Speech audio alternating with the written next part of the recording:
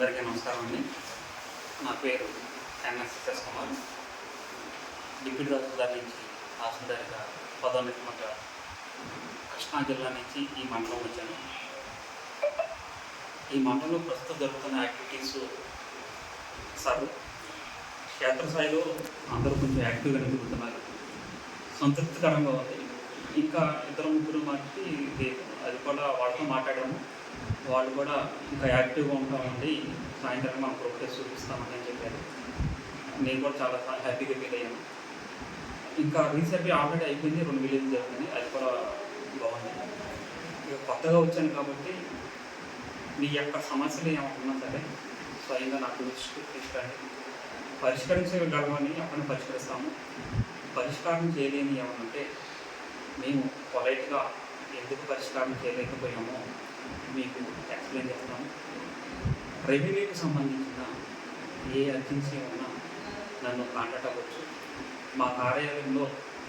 అలాగే రెవెన్యూ సేవలు ఆచంట ప్రజలకి విస్తృతంగా వేగవంతంగా అందజేయడానికి ఎలాంటి సలహాలు సూచనలు ఇచ్చినా సరే మేము స్వీకరిస్తాము.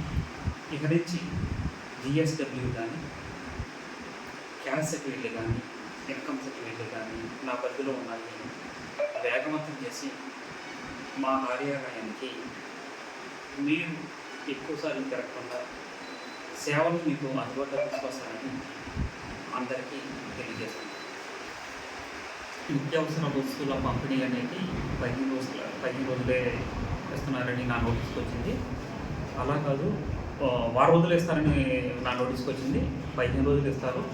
ఒకవేళ త్వరగా వేగవంతంగా అందరికీ డిస్ట్రిబ్యూషన్ చేసి వారం రోజులు అయిపోతే తప్ప మిగతా 15 రోజులు ప్రతి ఒక్క కార్డుదారికి అందే వరకు పంపిణీ చేయాల్సిందే. దీని మీద ప్రత్యేకమైన చర్యలు కూడా తీసుకుంటాను.